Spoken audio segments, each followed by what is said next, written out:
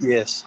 Heavenly Father, we ask you lead us in our decisions. We'd like to thank you for our health and for the time you've given us to meet together and for the health of all the employees.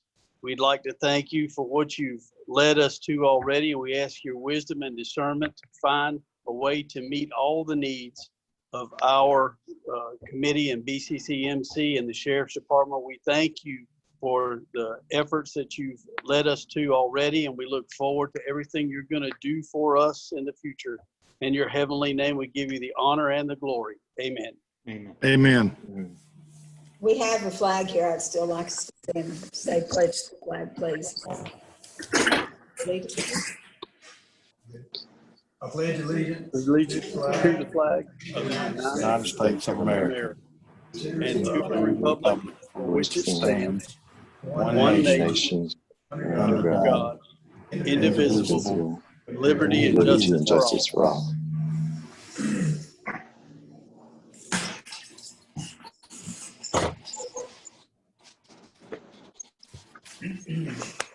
First of all, I'd like to introduce to those that don't know Mr. Robert Griffin. He's back on our board again, and I appreciate you coming back.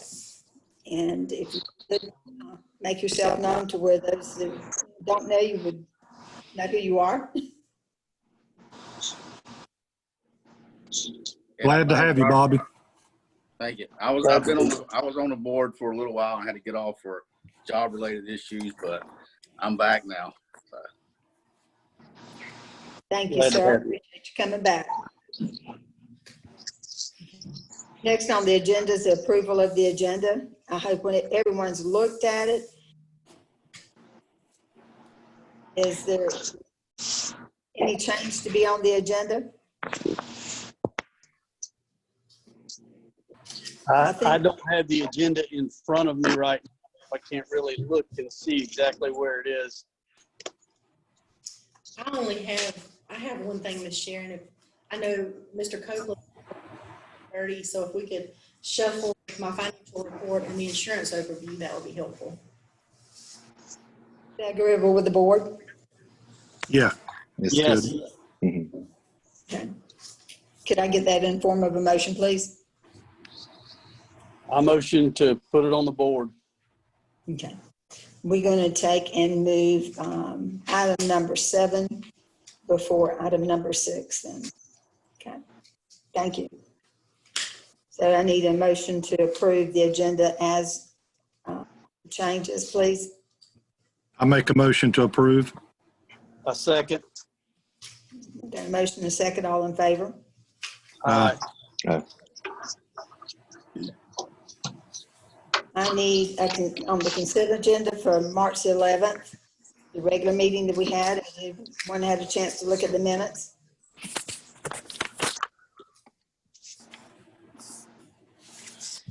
If you have, I need a motion for approval of the minutes, please. I'll make a motion to approve. Got a Also, motion and a second, all in favor? Aye. We are going to move the public comments to the end of the meeting, and I think Mr. Clint will explain everything again for all those it's the first time listening in, to where they can understand how to either raise their hand or to submit by email any public comments that they have. Do you want me to do that now, Chairman? Yes, please. Okay, so you can submit public comments to comment@bakercountyfl.org. Or if you're on the Zoom client, you can chat and we'll receive the comment that way. Or you can raise your hand on the telephone by pressing *9, or you can raise your hand on the client by clicking raise hand. Those are your options. Thank you, sir. Okay. Mr. Copeland, if you will, if you give us the insurance overview. Yeah, let me introduce Paul. Okay. Thank you for joining us today from Fort Myers, Paul.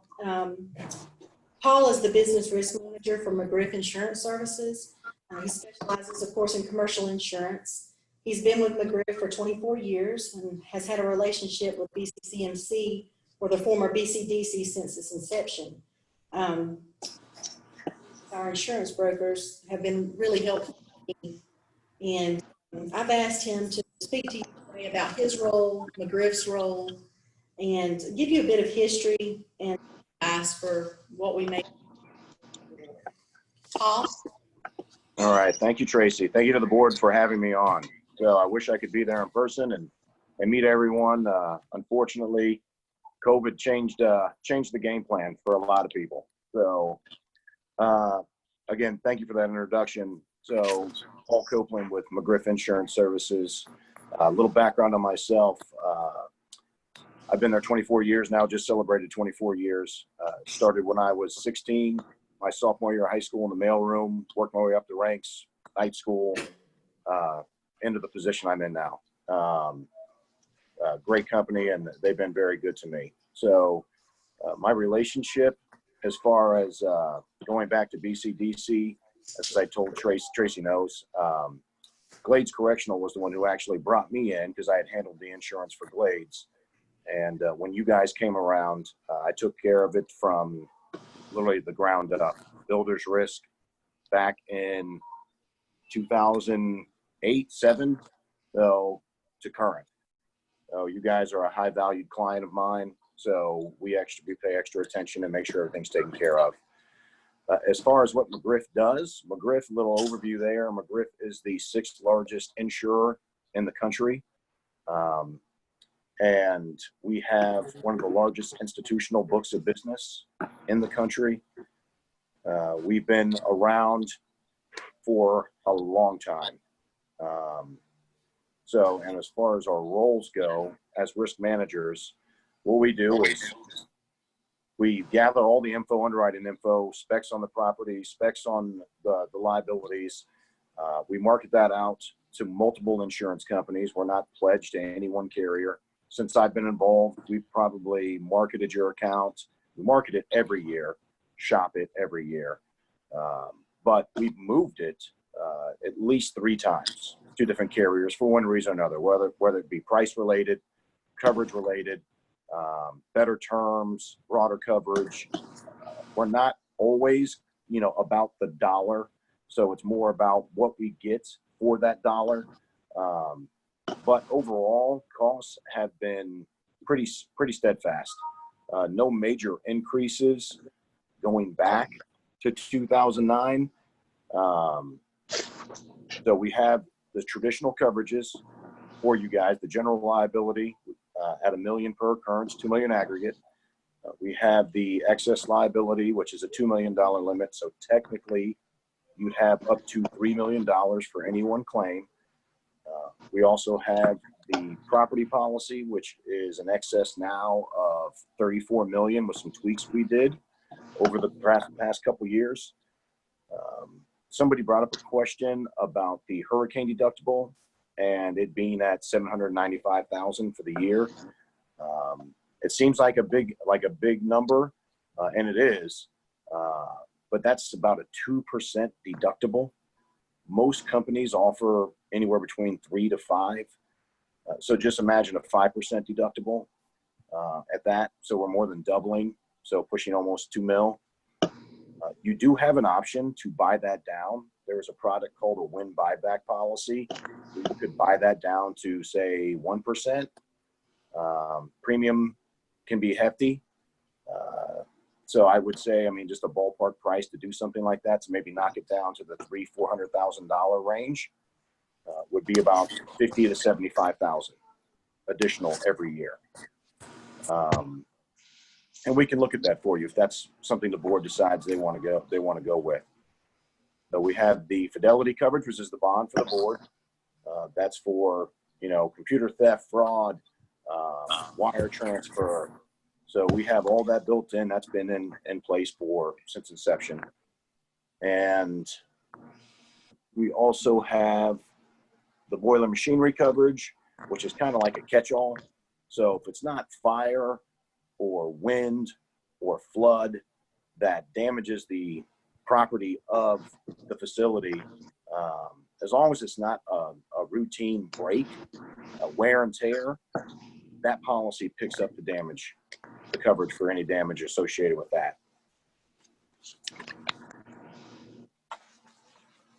I'm trying to flip through. So as far as I sent around, and I know Tracy said she forwarded around the benchmarking report we put together. That kind of gives you an idea of where you guys stand countrywide. It's not a large pool because it's not a large industry right now, as you guys know, especially here in Florida.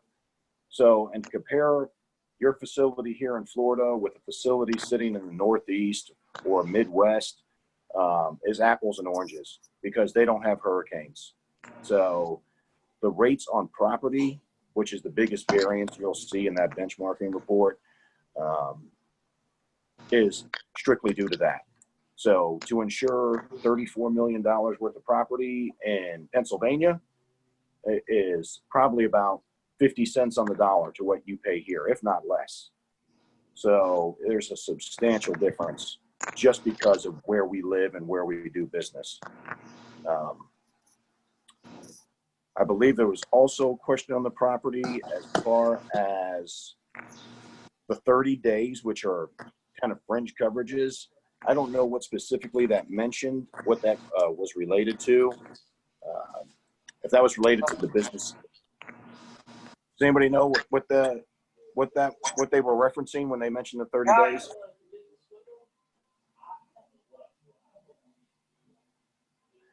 So I would assume, based on if you're looking at the proposal right after the commercial property section, which kind of bullet points the limits and deductibles, there's a section there that has other coverage conditions, extensions. And there's one that references business income and extra expense, and there's 30 days noted next to those. That's in addition to, you actually have actual loss sustained. So there is no time limit on your loss of business income. So if a hurricane blew through, damaged the facility, and prohibited you from taking in your ordinary income, the insurance company would reimburse until it was done. So until you got back up and running to where you were prior to loss. This virus made me think of the 30 days. Pardon? The virus made me think of the 30 days. The virus. Yes. I can tell you that, yeah, the virus is 99.9% of all insurance policies excluded the virus in one way or another. It was either a fungus exclusion, a bacterial exclusion, a pandemic or pandemic exclusion. So even with civil authority, if you were shut down by the Fed or the state, it specifically excluded things like this. So there's a lot of people out there hurting right now, obviously, and retail, wholesale type businesses who couldn't open their doors for a long time are just now starting getting back to normal. So introducing themselves to normal again. So that's where the 30 days is. Did I answer your question adequately there as far as the extension? Yes, insurance wouldn't cover us. But did they look to cover things like that since this has happened? There's products rolling out daily. Absolutely. So okay. there are products rolling out that are going to cover pandemics. And if that's something you'd like to look at, we can look at that as well. It is brand new. When I say brand new, I mean like I got a memo week before last that carriers like Lloyd's of London or somebody like that is putting out a product to cover the mess we got into with this. So I would ask our sheriff to think about it if that would be something we would need to be concerned about. Yeah. Speaking of optional coverages or recommended coverages, the only thing that I would recommend above and beyond what we have now, I mean, there's a ton of things out there, but I don't want to make you insurance poor. I just want to make sure you're made whole and taken care of in the event of a loss. Is cyber liability. It's a huge hot button issue right now. People's computers being attacked, held for ransom. Cybercrime is through the roof. And It's interesting that you bring that up today because one of the items on our agenda is for a dual on-site server. even better. Yes. So it's a really inexpensive coverage as well. So it's kind of like a no-brainer. It's got to the point where we recommend it to every client. And if they decline it, we have them formally decline the offer because it's too much of a liability on our end for them to say, you never told me about that. And then they get hit for $1 million loss, which I had a client 2 months ago get tapped on for almost $1 million on a social engineering scam. So where they tapped in to the insured system and just hung back in the dark for a while, and then tapped into one of their vendors' emails, sent an invoice that was made to look like it was from their vendor. They hit pay. So it was simply, we updated our bank account info, please, make sure to note your file, update the wiring instructions. They sent 2 wires over a period of 3 days for almost $960 something thousand. So, and they got back about 100,000. Do you know the approximate cost on that type of coverage? Pardon? The approximate cost on a coverage like that? It can range between $1,000 for the year to, 3,000 or 4,000. It's not expensive.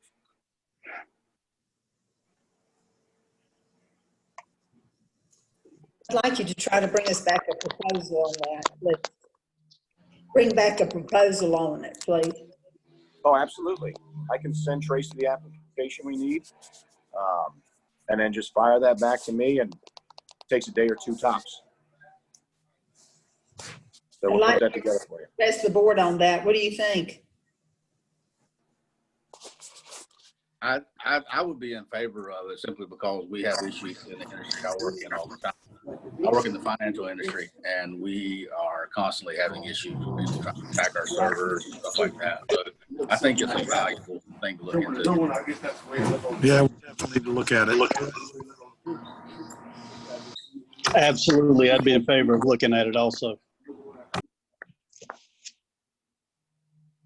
Yeah, the social engineering and the ransom, as one of the board members touched on, those are the 2 that get tapped for the most part. So I've had hospitals that have had their systems hijacked and ransomed, and the insurance company actually pays the ransom.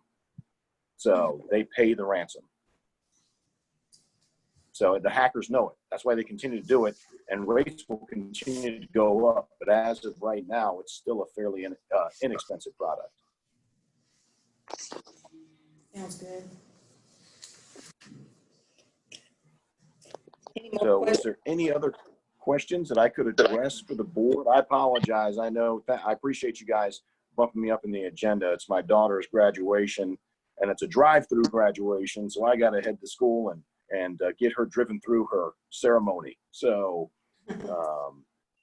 but for the most part, Tracy asked me to touch on the marketing aspect, the shopping aspect. So again, we want to make you confident in us, in our efforts, that every year we go to market. We do our due diligence. So we leave no stone unturned. So, and as I was telling Tracy, you guys are not an ice cream parlor or retail clothing store or computer fix-it, repair-it type business.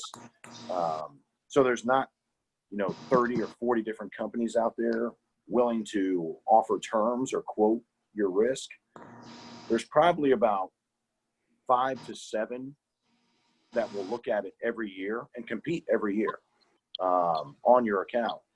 And maybe 3 or 4 come in with realistic terms. The others come in with pie in the sky numbers that we'll never do because they're not even near where we're at now with our current offer with Zurich. So, which as of today, Zurich, we're grandfathered in. Zurich would not do this package if I called them today for another facility. Wow. So, but we're fortunate there. For the board's knowledge, that Zurich policy expires on June 8th. So that's Yes, ma'am. got to get going immediately. Yes, ma'am. So everything should be arriving direct from Zurich. Carol on my team, who you've spoken to several times, has all that wrapped up. So we should have it in your hands shortly. Typically, we try to be, at least 30 days out, but everybody's working remotely, as all we are for the most part. So it's kind of bottleneck things with the carriers and with us. So it's been difficult to get things done the way we usually like to. So I apologize for the background noise. My neighbor's getting his yard cut right now. So is there anything else that I can address? Thank Did I you touch on for your everything? graduation. Thanks, Paul. All right. Thank you again for having me. So pleasure seeing everybody. Have a good day. And if you need me, Tracy has all my contact info, my cell phone, everything is available to anybody on the board who has a question. Feel free.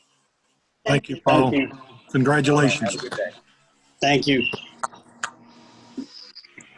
Next up is our financial report, Tracy.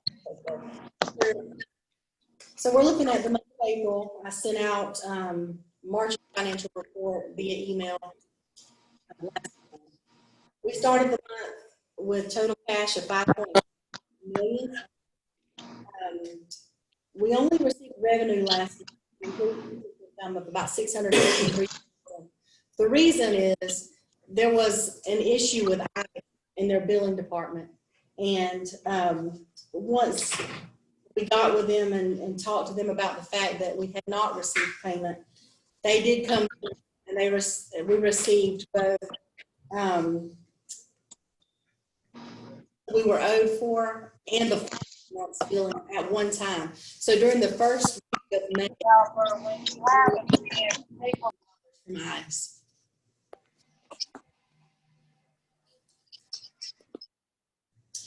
We had expenses, very few expenses in April, primarily the BSO draw and payroll, which is me.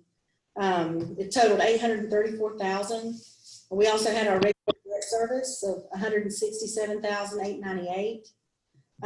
Because we received the ICE payment late, I waited until we received it that first week in May and made our monthly transfers to our reserves. I also sent our quarterly loan prepayment for May 6th, which is the date that our regular will come out. So we paid an additional $650,000 on our loan on May 6th. So that will be reflected, of course, on next month's report.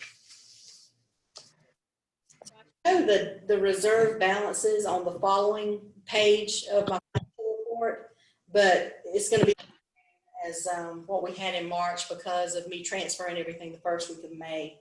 I will say when I did make the transfer, we ended up with, we now have about $253,000 in our debt service required reserve. Our building reserve is at $783,000. Early debt retirement is back at $216,000, which is our monthly reserve amount. Vehicle renewal and replacement, $85,560. We're still negative in IT, but that's due to the fact that we're only transferring $1,250 every month to that reserve. That's something I'd like to talk about today as we talk about our budgetary goals. We have an insurance balance of $341,000. I'm about to hit that pretty hard with the Zurich payment.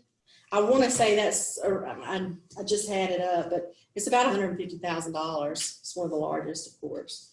And our general operating fund is at around $2.9 million. So our total reserves are $5.2 million. The following page shows our accounts receivable. And of course, this reflects what I just alluded to with the late ICE payment. We had an AR balance, which is typical for us at the beginning of April of around $1 million. We had billings for that month of $1.1 million and collections of only $418,000. We received payments for everyone but ICE. So that left our AR balance at $1.7 million. Again, extraordinarily high, but we received that other payment on May 4th of $1.4 million. So our adjusted AR balance would have only been $275,000.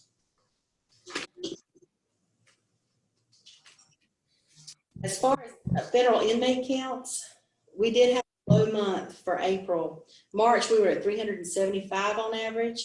April, came down to 351. Fiscal year to date, we're still averaging 372. And as you know, our original budget break even is 358, or not our break even, but our budgeted number is 358. I misworded that. I looked at, if we averaged that same 351 inmates for each month through the rest of the fiscal year, our fiscal year average would still be 363. So we're still above that budgeted amount, even if we went that low. The good news is, so far in May, we're averaging 369. So close to where we were in March.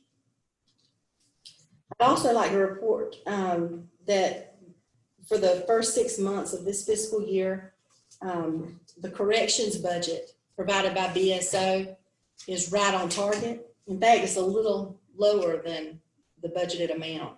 So we're looking great there. Our audit is underway. Marcel Richardson at Lions and Lions is handling our audit this year, and she's hoping to have that completed by the end of this month. So I'm hoping at our next board meeting, they'll be able to come and make a presentation on our audit. Any questions?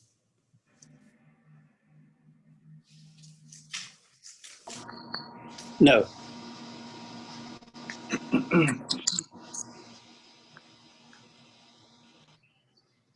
That's all I have on finances. Okay. We'll go to those purchases on the auto list. Okay. Who would like to start on the auto list? Well, I'll just open it up. I know we've pointed out in the last couple of meetings that we have a lot of big ticket items that we've had to put Band-Aids on for a long time. Just because we didn't have the money to do anything else. We've got a number of purchases that need to be made. But some of those have been put on hold because of COVID concerns and having vendors come into the detention center. Those types of purchases would be laundry equipment, dishwasher, an ice machine, things that are within the detention facility. But one of the items that was talked about in our January meeting is an auto lift.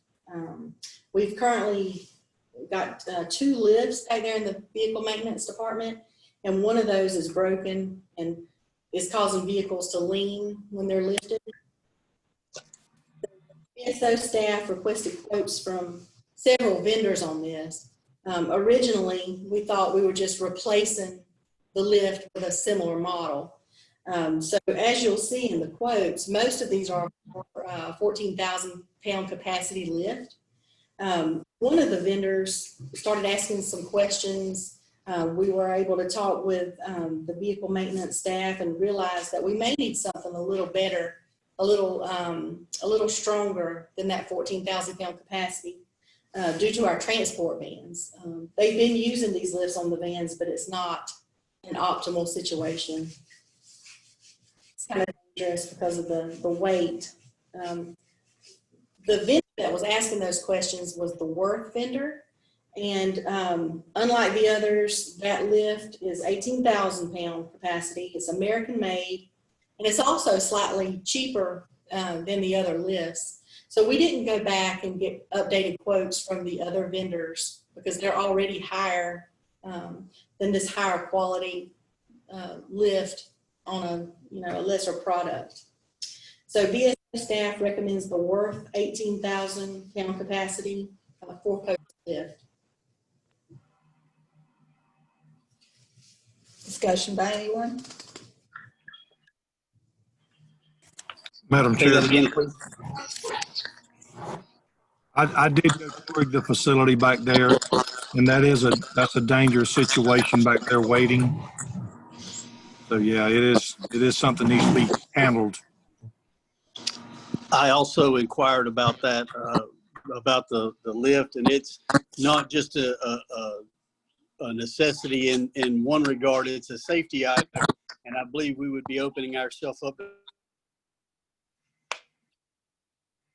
favor of looking at this purchase. Robert, if you can hear me, Or Bobby, you're going in and out. I don't know if it'll get any better. I'm kind of in a bunker in town here with this, where I'm at, but I said that I also reviewed this and I asked some questions, found out that we would be maybe opening ourselves up to liability if we didn't look at it, because it is a safety factor and we are aware that there's a problem. So I would be in favor of looking at this purchase. I agree with Bobby. I think, you know, the cost of a lift versus the cost of being in a lawsuit, you know, I think the lawsuit would be a lot more expensive. So I would also be in favor of getting this lift also.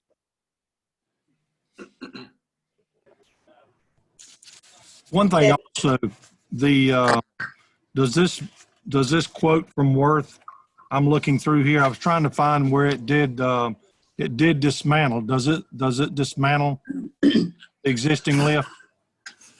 Is that in with this quote? Didn't include it, or is not stated in there. No. Are you saying, will they take the other lift? Yes. It's So not. That lift will be sold.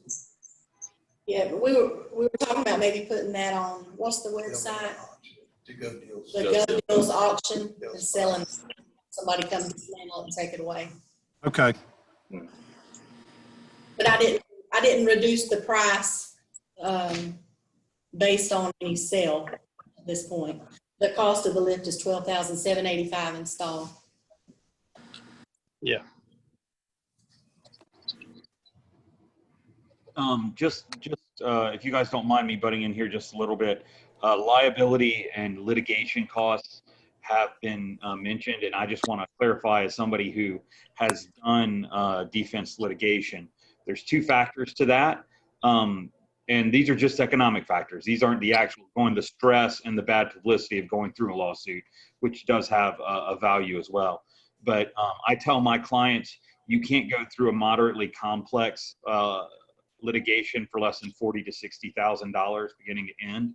So you're looking at tens of thousands of dollars for litigation. That being said, generally, if this is covered under insurance, the insurance company would be the ones paying for that. That doesn't necessarily mean it's the right thing to do, but I just want you to be aware that if it's covered under insurance, the insurance company will pick up the defense, but they're going to be paying tens of thousands of dollars. So there's going to be tens of thousands of dollars spent on this, whether it's the board or the insurance company. And then that would probably affect our rates for claims going forward, but that would have been a question for the insurance. So that was just my 2 cents on how litigation costs work. Well, I think you mentioned it too. You also look at reputation risk going forward with that. I mean, if we have a reputation that we don't keep up the facility, that could affect us getting in there and having a profit going forward. So I think reputation risk is just as big as anything else. Agree. Kevin, do you have anything? No, I don't. I mean, they need that to work with. So to me, it's a necessity. I mean, I agree 100% that it's a necessity. I have no doubt about it. Mine comes from a business viewpoint. I was concerned about how many vehicles we have that need to be repaired on it compared to how many the sheriff's department has. And it's a vast difference in how many we have and how many they have. I think we have a total of like 18 vehicles, and what the sheriff's department has is around 65 vehicles. BCCMC installed those, and now we're going to pay for replacement. They want something. That's what the sheriff's office. But we pay for the Install of the, I guess, in the building. The actual product was a product from the old jail that they brought over here. So you just you determine how long that's been there. We've been here 10. There's no telling how long it was there. So the life expectancy of this type of machinery would probably be long standing. But the other one's new, correct? The other one that was installed when the facility come here, yes. But the one we're replacing, and I just found that out the other day, I think when we were back there with Joel, I believe it was, when Ozzy told us that one came from the old sheriff's office. So that is a product from over there at the old jail. I was going to see if your community outreach, $10,000, if you wanted to put it back toward that, we would pay the difference. Probably not.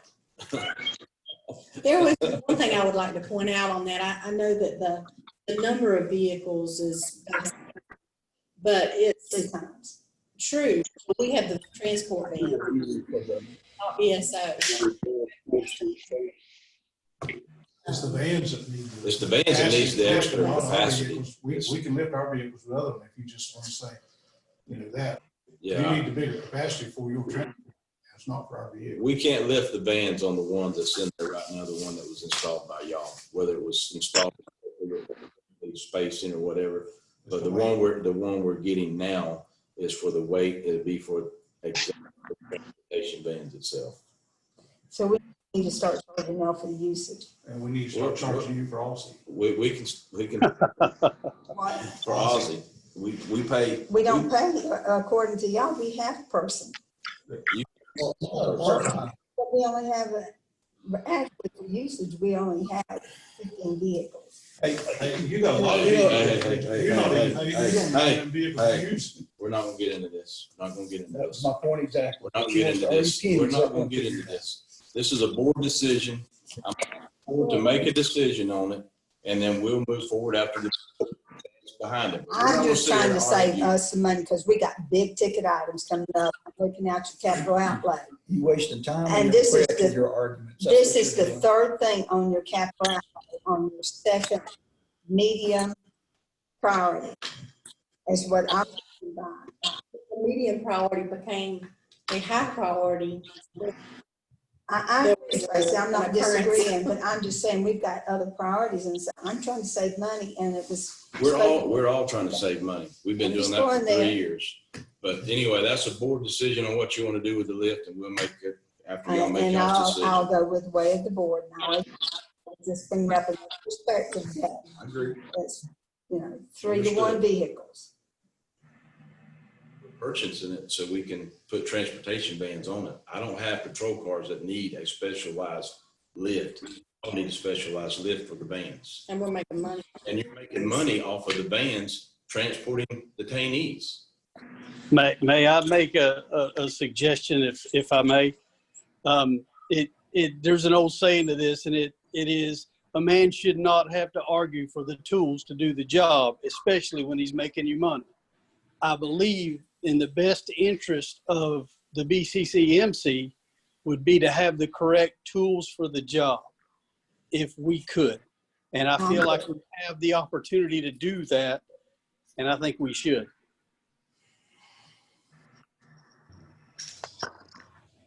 You're welcome to inform of the motion. I motion to purchase the Worth lift. Second. Got a motion and a second, all in favor? Aye. Okay.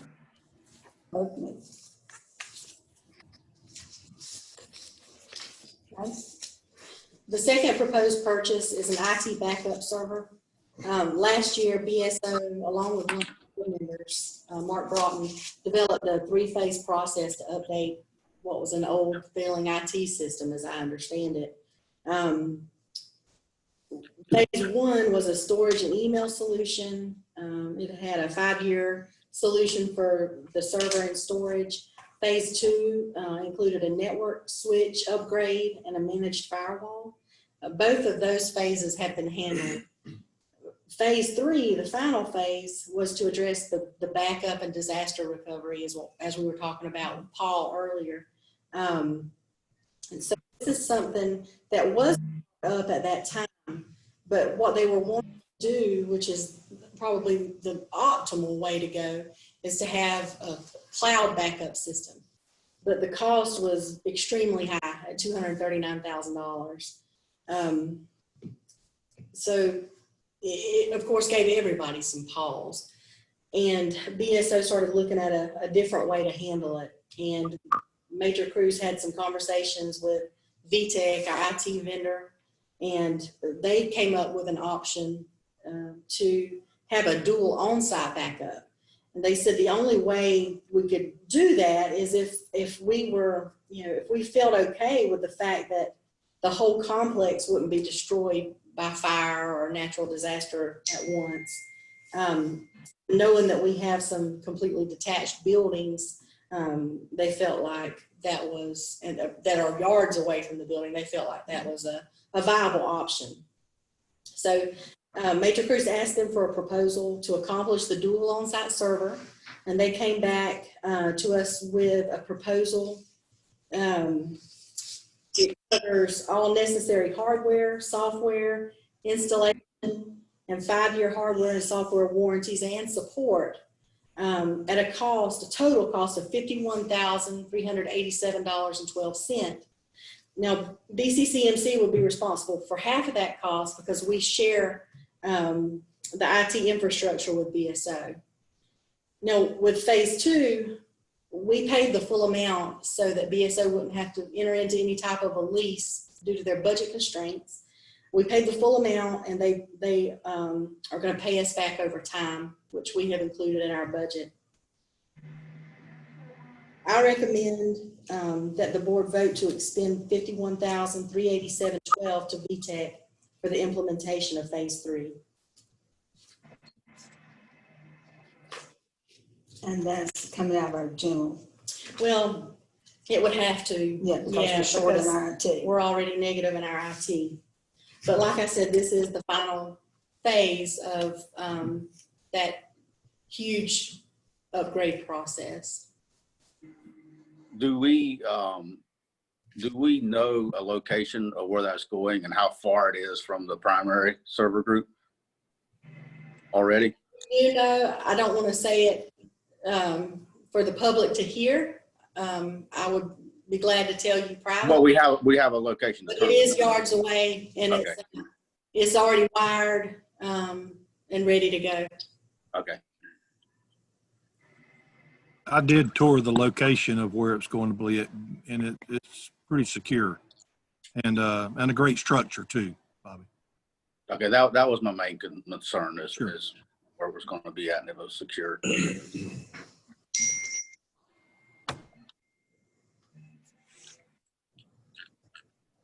I also want to point out that on phase 2, it was more costly than what we're looking at here.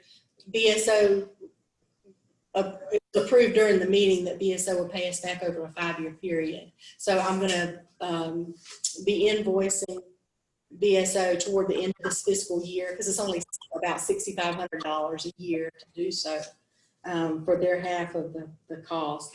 So I also want some direction as to how you would want for that portion of it to be paid back by BSO if we decide to go this route.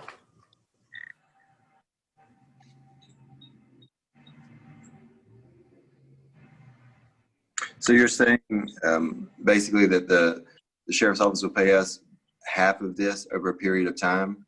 Yes. Okay. We share the IT structure. That's the way we do phase 2, and we'd like to go the same route here. Right.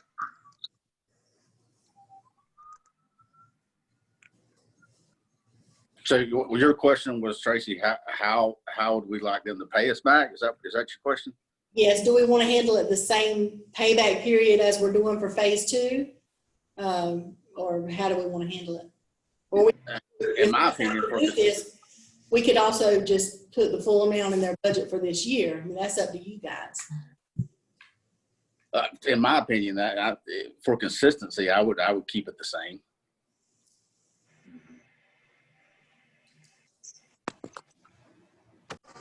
I'm in agreement with that. I would like to see things stay status quo.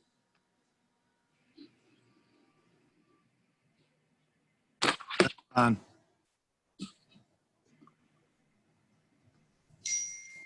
So basically having it over the 5-year period, same as it is, right? And my suggestion would be to make it the exact same 5-year period.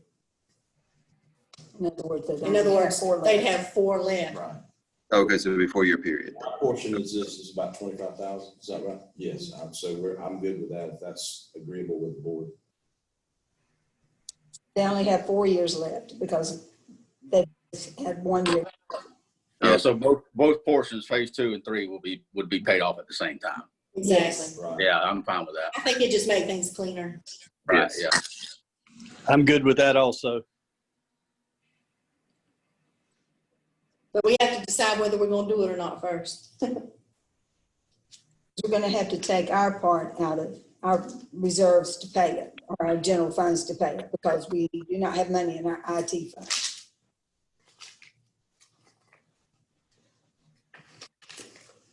You need a motion to pay it? Yeah, so we need a motion to take it out of the general to Tracy. Yes. Okay. I'll make the motion to take it Separate out. motions on both of it, okay? Make a motion to pay the IT, and the separate motion to take it out of the general funds. I'll make the motion to pay the IT. I second that motion. Okay? All in favor? Aye. Aye. Okay. Aye. Okay, and I need a motion to take it out of the general funds, please. For consistency, I'll make that motion also. Second. All in favor? Aye. Aye. We need the motion to fund the Let's sheriff's go ahead and do it if you don't Okay. mind. Yeah, we need a motion to fund the sheriff's part, for them to pay it back, and. And to mirror the payback period of phase 2? Yeah, to mirror the payment in phase 2, it'll be paid off in the 4 years, to mirror the payments of phase 2, right? Correct.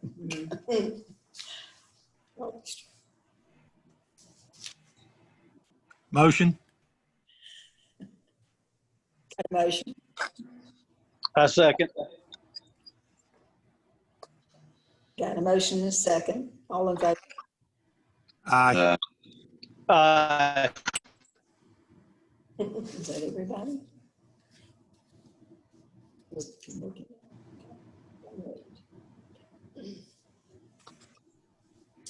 Next on the agenda is the transport bus. Right. And I will start, and I want to get everybody's opinion on this, because I know this is going to be a lengthy talk here. So Joel, can I start with you and get your opinion, please, sir? Sure. After going through all the email that Tracy sent, and I was kind of leaning towards waiting on it to start with, but at the revenue that we're losing and the problems that we are having with the current transportation issues there, I'm in favor of moving forward on this bus, because also you're going to be waiting on it for a while too, and we're still losing money all this time that we could be bringing into our facility. Bobby? Yes, I also reviewed the numbers. My concern with, to go along with losing the money, was also we keep running vans, and the larger capacity of the bus will allow us to provide a more secure environment. We'll be able to have less liability on the road with less opportunity for problems and a better security situation for the employees.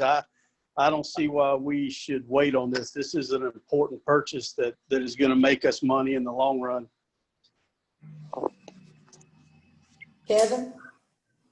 When I first saw it, I will tell you, I was very concerned about the price, because everything was talking about a bus. And to me, when you look at it, you see a bus for, was $190,000 or so. And, my concern was that. But it's actually not a bus. After going through the specs and looking through that, it is more than just a bus. I mean, it's something that, that will have to be basically built from the ground up. I mean, so that was my first concern. And but also too, with the revenue that we're losing by not having this van or this bus, So, that's something that we need to look at also. Robert? Well, everybody kind of stole my thunder of what I wanted to say, but I agree with what everyone said. It's not your typical bus. It's more like a jailhouse on wheels. But I think with running the vans down there, 2 or 3 or whatever that's going down there, and we have limited capacity, and we're giving up revenue. If we had a bigger bus or whatever to bring more inmates back and we can get revenue, then I would be all for it. I mean, yes, it's a large expense, but over time, I think the positives outweigh the negatives on the purchase. So I think it's a very, very important purchase. I agree with some of your statements. Safety-wise, I think that with the transfer is important because we carry more numbers or with transfers, not with the pickup. I went through, I've got the outlay here. I don't know if every one of you got these sheets, and I don't know if you can tell them well, but from over a year, I've got all the transfers, all the pickups, the numbers. We had a little bit of miscommunication to get the size of the van to see how many could be picked up in a van. But I did every number of the pickup. And there's only from what these numbers, unless somebody put down the wrong numbers, there were 3 occasions that they would have had to leave somebody by their numbers. I'm just going by what they wrote down. I'm not disputing any other thing because I've circled, I've highlighted, I've probably spent 10 hours going back and forth over these numbers. But transfer-wise, the transfer numbers are high. I will give them that. But because the buses did the transfer numbers. So I know the transfer numbers are high, but the pickup, the argument for the pickup numbers is not supported by these numbers. I can give that. But the transfer, if they argued it on the transfer, I'd never have my mouth on it. I can say that. I don't know that we ever delineated between pickups and transfers. No, I know on the sheets that we did, but I'm saying we would use the bus for pickups or transfers. Well, it said the argument was presented in all my emails that revenue because we're leaving down there that there's things we don't have room to pick up. True. There's no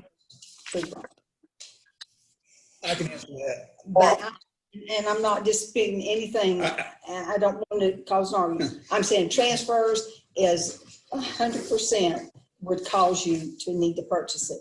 Pickups do not. I covered this when I met with all of y'all. We didn't, Mr. Sharon didn't take the opportunity to come down here and get this information. But I did cover this with y'all when I mentioned that if you recollect me talking about that ICE will call and say, what, V, how many seats do you have when you come? Y'all remember me mentioning that?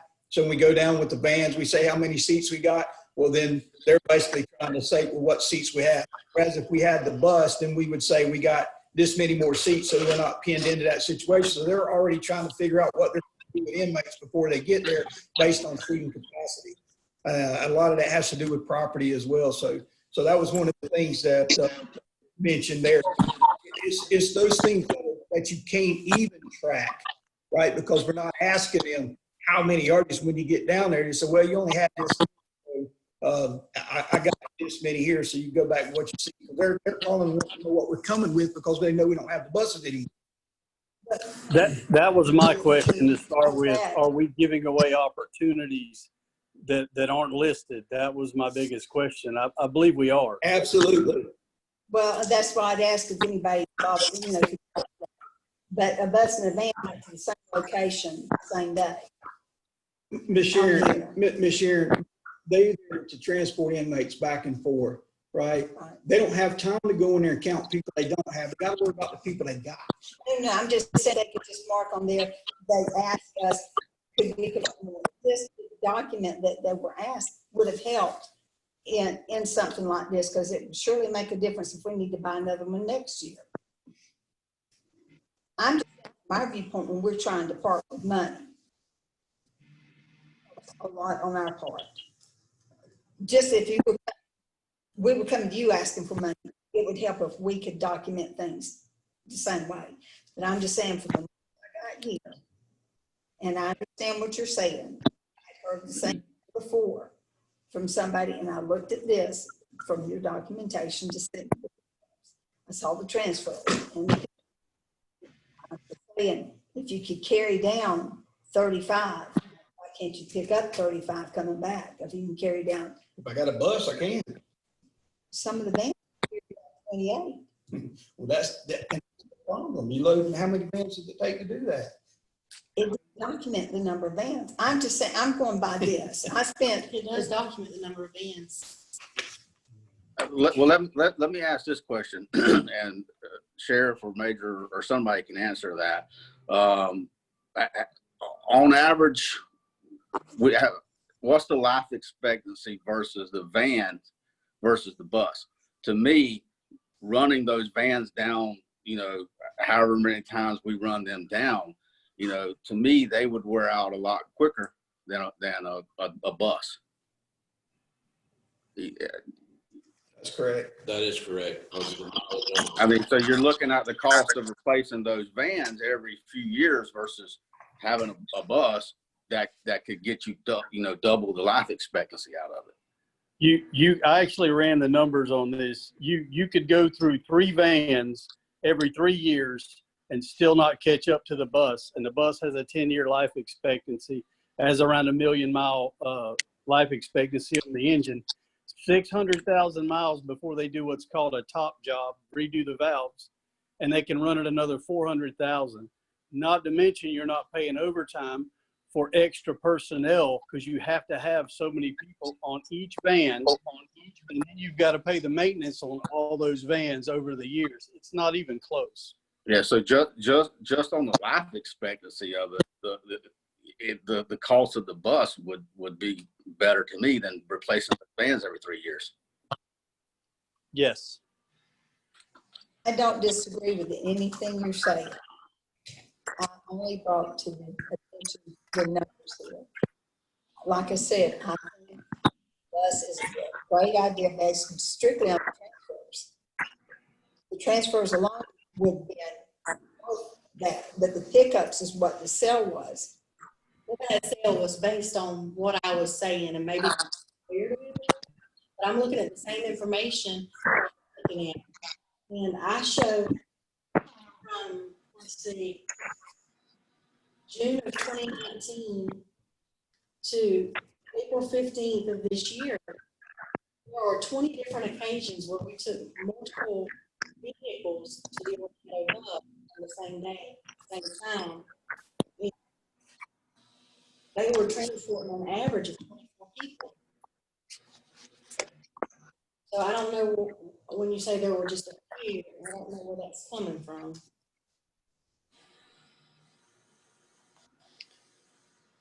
I'm in agreement with the board. Do not get me wrong. I was bringing it up from the viewpoint of the numbers I was given. I came in, I did talk to the sheriff, we discussed this.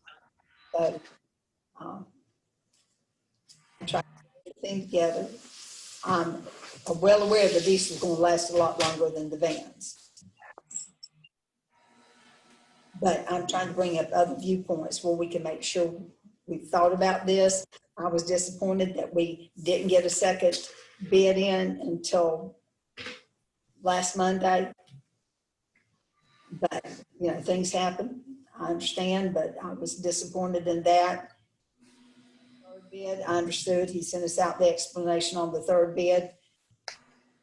Again, I just like to have our bids going by the policy of the sheriff. So he says, 3 bids or as many bids as possible. That's what I like.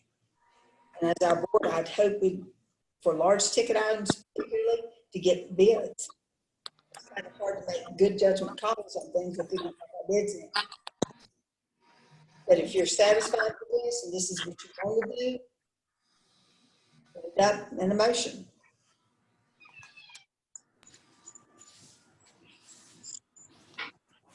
I would motion to to buy the van, to buy the bus, the Freightliner. I still say it shows a payback and we're losing money without getting it. I would second that emotion, just the life expectancy versus the van versus the bus. And I do also believe there's some missed revenue. So I think that ultimately in the long run, that bus would pay for itself. So I would second his motion. Got it. Motion and a second, all in favor? Aye. Next on the agenda. Bless you. Thank you. Is our budget goals. So our contract with the sheriff requires him to provide us with his proposed corrections budget by May 15th every year. And they sat me down, presented it to me on Friday. So of course I haven't had time to dig in, ask all my questions in time to present it to you. But like we did last year, before we get into that, there are some issues that I need you to help me with in order to complete our budget. So the corrections piece is just one part of it. There are 3 different things that I'd like to look at today, and maybe more as we discuss.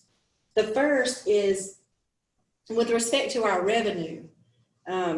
What daily federal inmate count figure do you want to use for budgeting purposes? Last year, we used, or for this current fiscal year, we're using 358, which is a conservative figure.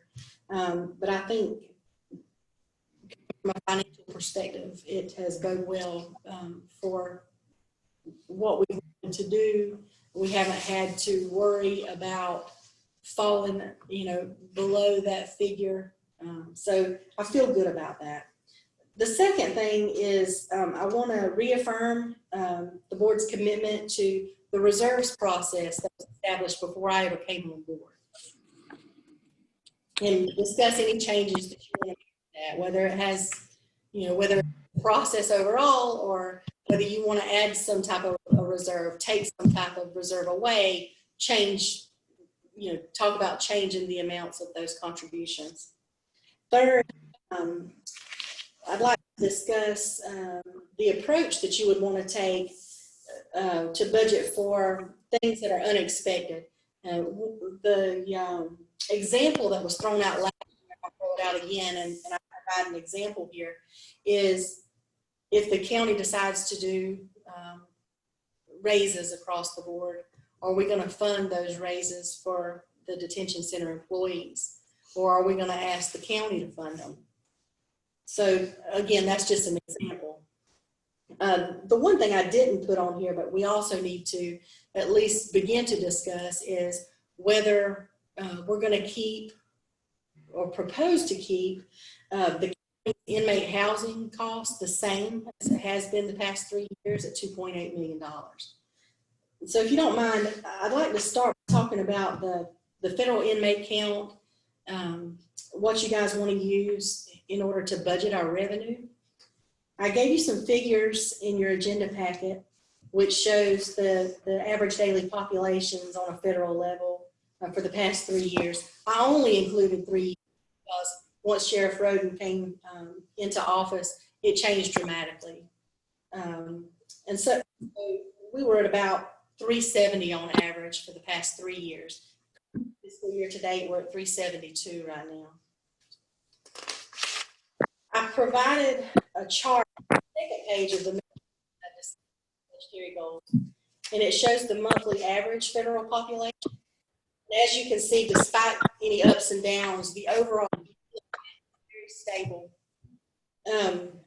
During this period we're looking at, again, looking at fiscal year 2017 to present, the maximum daily was 409, the minimum was 337. I do point out here that the facility is near capacity. We all know that. Any growth from our average number is limited. There's always a risk of our revenue sources or losing a number of inmates from one or more sources. Based on our budget, but excluding any revenue reserves other than the reserve that's required by you,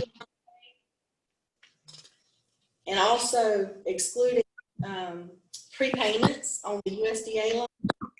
The break-even point for federal inmates is 237, well below our budgeted number. If we include our original payment plans that we put into place this budget, beginning of this fiscal, not the amended, with the increase per diem. But if we keep that the same and exclude any reserve, break-even becomes 296. If we keep all the reserves in and we keep the original prepayment amount about $2 million, our break-even point is 41. So I just wanted to have some count figures to help you wrap your mind around is a fair figure for budgeting those revenues. I also talked about various market conditions. I looked to industry sources that tell me that the overall corrections facilities industry grew by almost 3% during the past 5 years, and it's growing another 2.2%. But of course, there are also some other positives and negatives that I wanted to point out. We provide more services than many of our peer facilities. We have more competitive beds available than many of them. Our location is beneficial because we're close to the federal courthouse and the airport. We have a positive reputation among both the marshals and the ICE, and we provide ease to them that larger facilities just can't provide them. We're more nimble, so to speak. On the negative side, ramifications of COVID-19 has reduced inmates in Florida's jails. It may still have a lingering impact on the overall industry. Thankfully, due to the relationships that we have with our federal partners, aside from a small dip here recently, we've been able to maintain our numbers very well. We've got some political uncertainty out there. We're unable to control any government shutdowns. There have been times in the past when there's been a government shutdown and we weren't paid for a period of time, and we had to come up with money to make payroll. Now we have some reserves in place, that very thing we didn't at the time. And also, we do have limited options for increasing our revenues. And of course, expenses will continue to grow just by inflation itself, in future years. But I'd like to have some discussion amongst you guys about what you would like to see in terms of that number for budgeting purposes this year.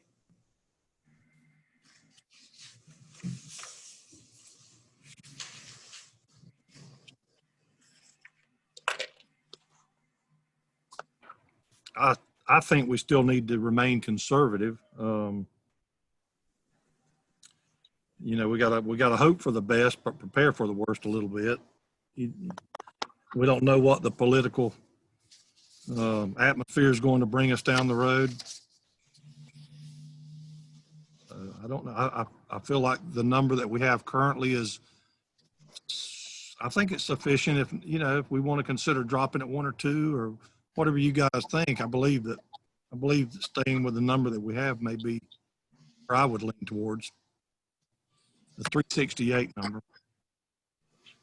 Is that right? Isn't that the number that we? 358. Yeah. I agree with the 358 number because, like we talked about, depending on if we have any other events going through this year, next year, whatever we have to deal with, the political climate aside, even the economy going crazy with everything that's starting up, I think we need to be as conservative as possible because we really don't know.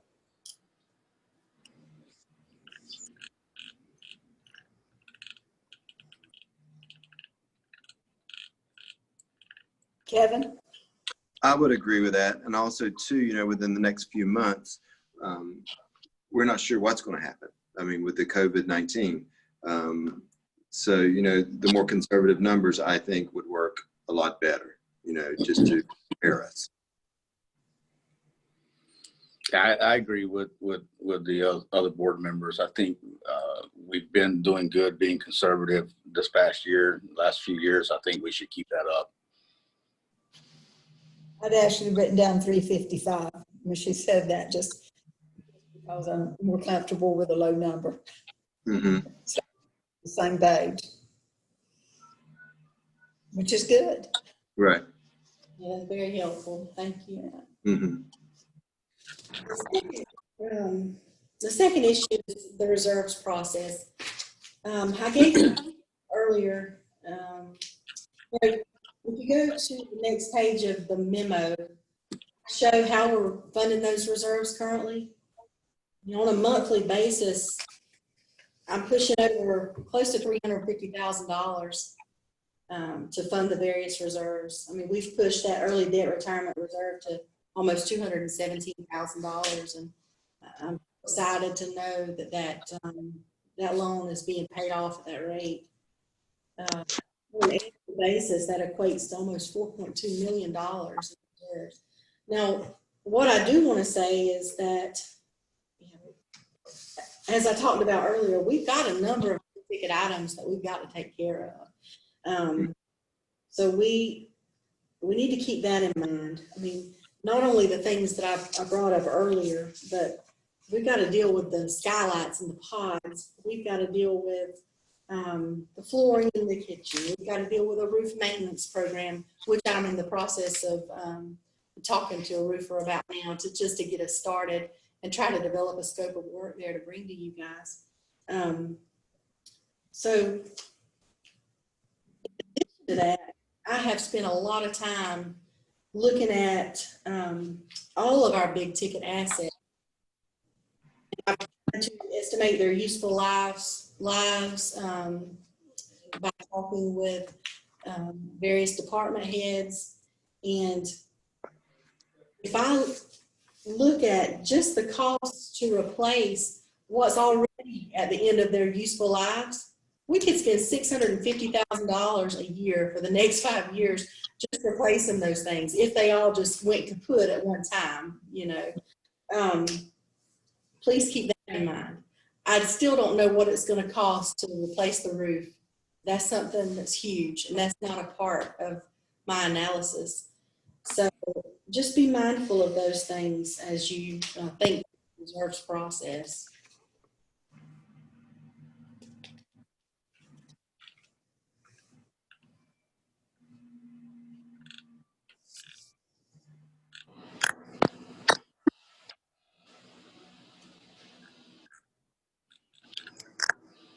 And this isn't necessarily something that has to be decided today, or we can extend this on to the next meeting because we'll have plenty to discuss with the corrections budget and everything else. So if you guys want to just think about that and then come together, if that's okay with you. Because I don't think they have a memo.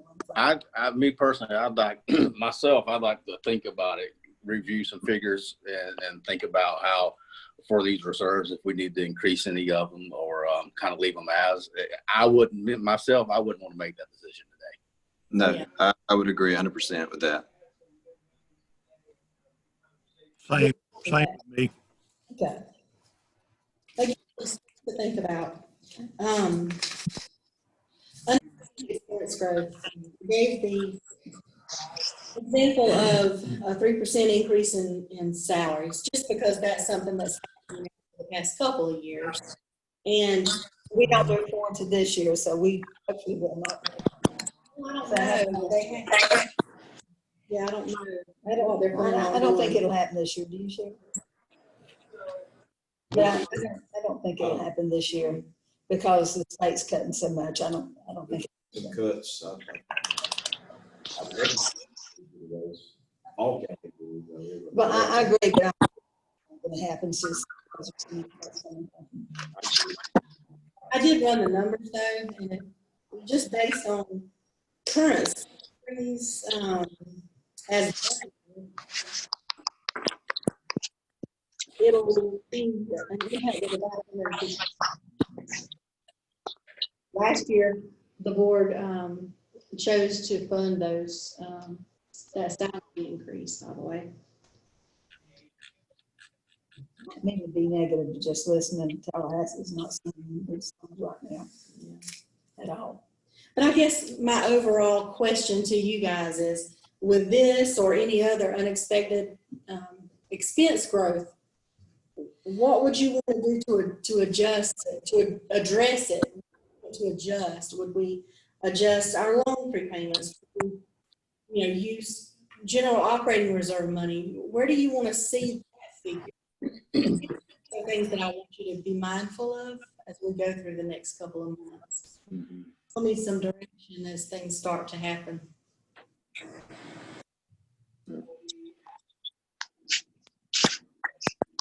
The last issue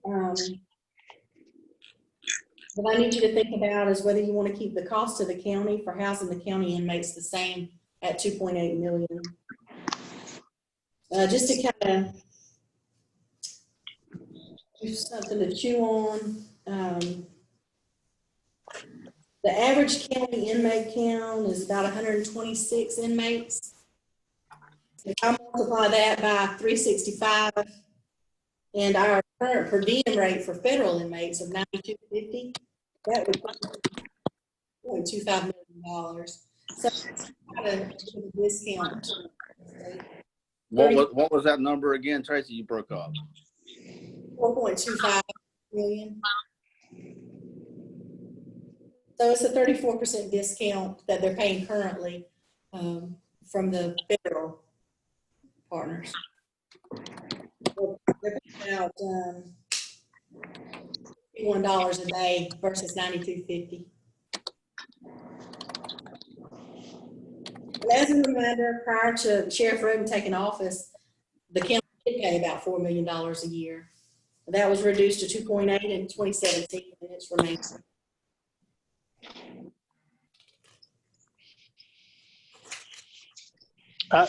I would like to see the 2.8 stay the same, so we can service our other concerns as far as the debt pay down. The ultimate goal is to get them a jail, that they don't have a mortgage hanging over their head. And I don't think we should.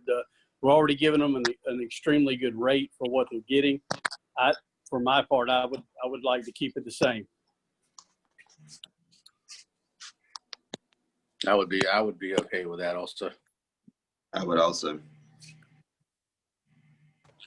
Same with me. Okay, good. That's all I have. I did include our current budget as amended, just for reference. You know, if you don't have your packets, it's kind of, we can go to the next meeting if you prefer. I got it too. But I know some of them's not a good location to be able to see everything.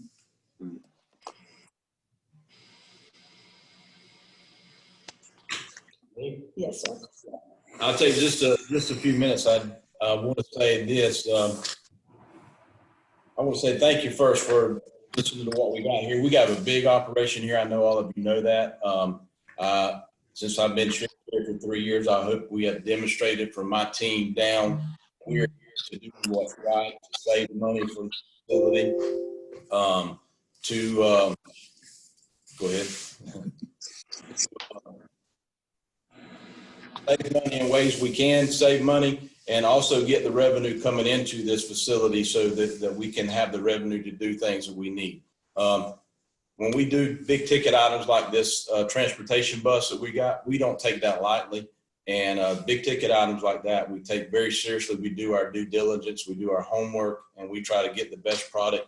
When we're running an operation like this, we need those things. And if we bring those to you, I hope that you have the confidence in me and the team that I have here, that we're not bringing this to you as a luxury or something that we want to say we've got better than anybody else. It is a necessity. It is a needed item to make this operation run and bring the revenue in here that we need. Our goal, as my goal and my team's goal, is to pay this facility down, to turn this over to the county and help the citizens of Baker County. And that is our goal. It's been our goal. It will never go away from it. And I believe this board's goal is the same. And I just want to say thank you, but I hope that you understand when we bring those items and they do come in, we don't take that light.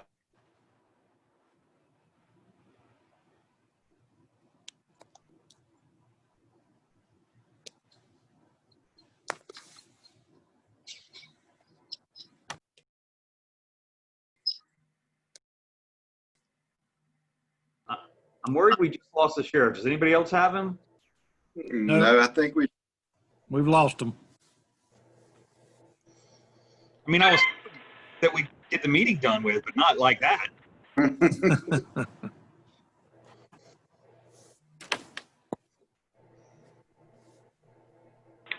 This is Clint. I'm going to see what I can do to get them back.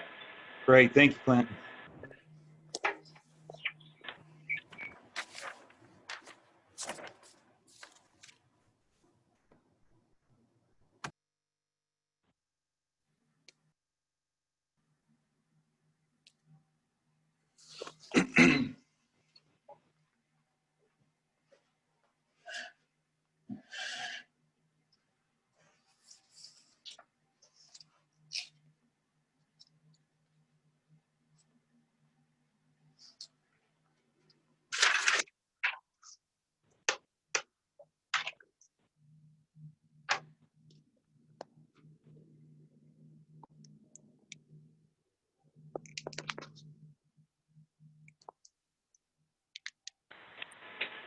Okay, this is Clint. Got a hold of them. They're working on an issue. They should be back in just a moment. Great. Thank you, sir. Sure.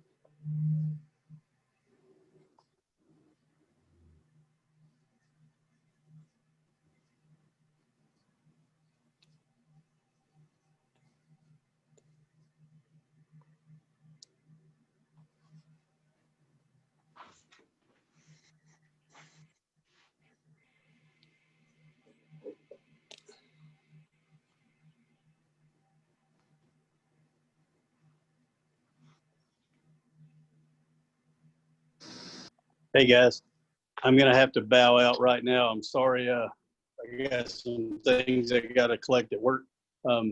Thank you, guys. I appreciate it. I'll see you later when they come back. Let them know that I'm gone. Thank you. Okay, Bobby. All right, Bobby.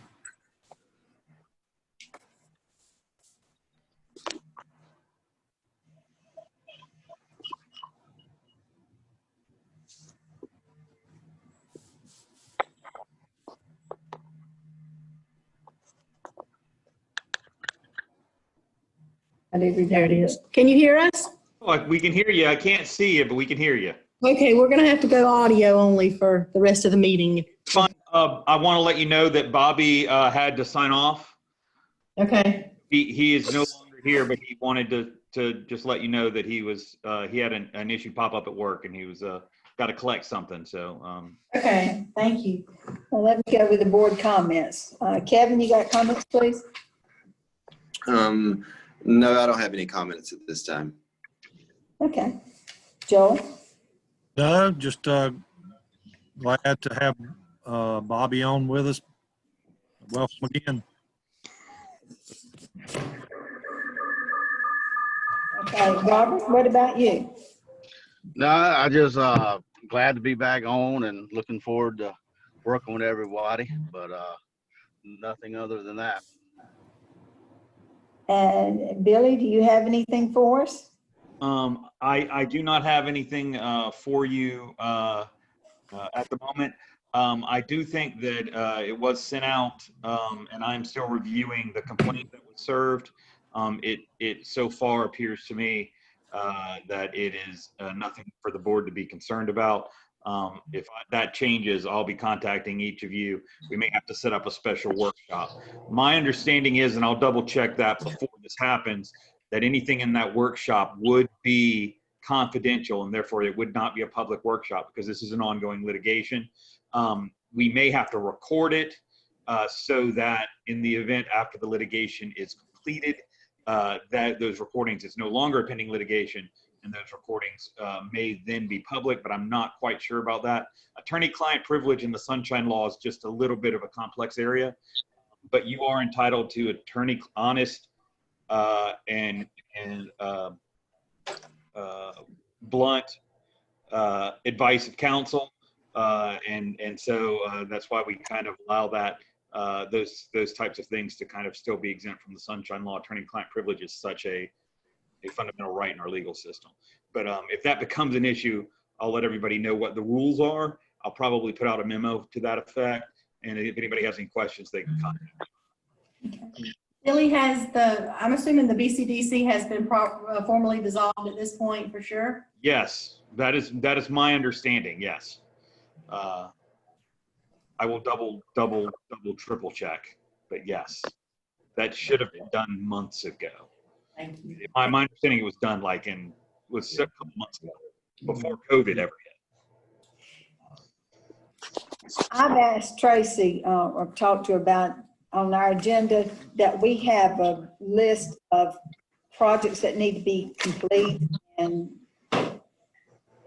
how the county does it to where it shows the progress and things like that to where we can keep up with it. Like we've got the grinder that's outstanding that we need to know where it's at, what phase it's in, simply because we don't want City McClenny upset with us. The kitchen floor, I looked at it. We've been dealing with that since July last year, and it's not completed. Just things like that, things that get away from us. So if we keep them on our agenda and keep up with the progress of them, I think we'd be better off. We've got contracts that's coming up. We got a medical contract that's coming up this September that we need to be looking at, be familiar with it when it comes back up. Trinity's coming up again because it's renewal time. Things like that they're contracts, so we need to be looking at them ahead of time, not doing our budget workshops. So anyway, if we could just have them on the agenda where every time we're looking at our agenda, we know where we're at, what phase we're in with them. Just an idea I have. I'd like your feedback on it, but anyway, that we need to set our next meeting up. Our next meeting should be in person, from what I'm understanding. I think the county commissioners went to that last night, if I'm not mistaken. I don't think so. They said they did. Clint, are you still on? Can you answer that for us? I believe we're looking at a blended meeting next time. I'm not 100% positive though. Thank you. Yeah. So we could plan on it anyway. Wouldn't you think, Billy, that we'd be able to meet? I am very hopeful that we will be able to meet the next meeting. If not the next meeting, then the following meeting together. I'm going to keep in touch just because I've spoken with Tracy about this and I've spoken with Sharon about it. Rich Commando, who the current board doesn't know necessarily, except for Sharon, used to be the attorney for this board. He is the attorney general counsel for Baker County and several public entities. And he's been keeping me abreast of what his other clients are doing about meeting for these public spaces. And so preference, though, as your attorney, is that we meet face to face. That's always been my personal preference. I think Ms. Sharon and I have talked about that's what we both believe. But that being said, we also don't want to expose the sheriff or any of his officers to COVID, where they could bring it back to the jail or the force. So we're trying to at least abide by the CDC guidelines as much as we possibly can, with understanding that the unique character of Baker County, I think especially like it is here in Clay, it's a very homely county where people meet together in the same building and talk to one another face to face. So all of that being said, I think that that's ultimately where we're trying to head back. I just don't know if it'll be next meeting, Ms. Sharon, or if it will be the meeting after that. And on top of that, I'd mentioned to Tracy that I would like our board to recognize the employees out here, all of the employees in some manner, whether it would be to feed them a meal, to do a cake, do some kind of recognition. They have really sacrificed themselves coming to work. Absolutely. And I appreciate it. I mean, so if you would think about it, and, you know, give me an idea what you'd like to do, if you'd like to do it, but I definitely appreciate all their effort at coming to work. And Yeah, that's a great idea. okay. And my spending limit is $2,500, so I could do that, put it on the card and pay that off. Decide you want to do it. I'm conservative in a lot of areas, but when it comes to something like they've been through, very generous. I think we should really recognize them and make them know how much we appreciate them. A meal would be wonderful. Yes. So is there anything else? Have you got a date that you would like to set up for the next meeting? And a time that works for everybody?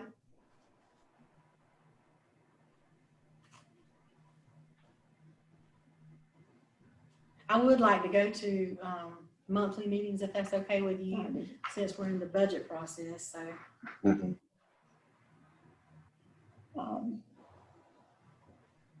What day works best for everyone? Tracy, why don't you send out, 'cause I've left work, so I don't have my calendar in front of me. Won't you send out 2 or 3 dates and just let us pick a date and time, what that works best for everyone? Yeah, I think that would work. Okay, that'll work. Is there any, like today's Wednesday, is Wednesday a good day of the week generally for everybody? Would you like Wednesdays, or would you like, I personally don't have to think anything set for the Wednesdays for the at this time next month. So any Wednesday would be good for me. But if you move into a Thursday meeting, I tend to have all my meetings on Thursdays, on my other meetings on Thursdays. So I just didn't know if anybody has one of those dates like I have, where Thursdays just usually aren't very good meeting time. Mine varies. I mean, my calendar, I fill it out 2 or 3 weeks in advance, so it varies for me. I know Fridays and Mondays aren't good for me, but usually Tuesday, Wednesday, or Thursdays work for me. Mm-hmm. That's the same for me. If it's on a Wednesday, it's going to have to be at the same time that we're doing it for me. Right. Does the 4 o'clock meeting work well for everyone? 4 or 5, what time? 4 seems to be good for me now. Yeah, But 4 works Yeah. for me. For me. All right, I'll handle it that way then. Okay, Thank that you. works. Okay, anybody want to make a motion to adjourn? make a motion to adjourn. I'll second it. Thank you. Thank you. Thank you again, Clint. I appreciate your help. Thank you, Clint. You're welcome. Thanks. You're welcome. See y'all later.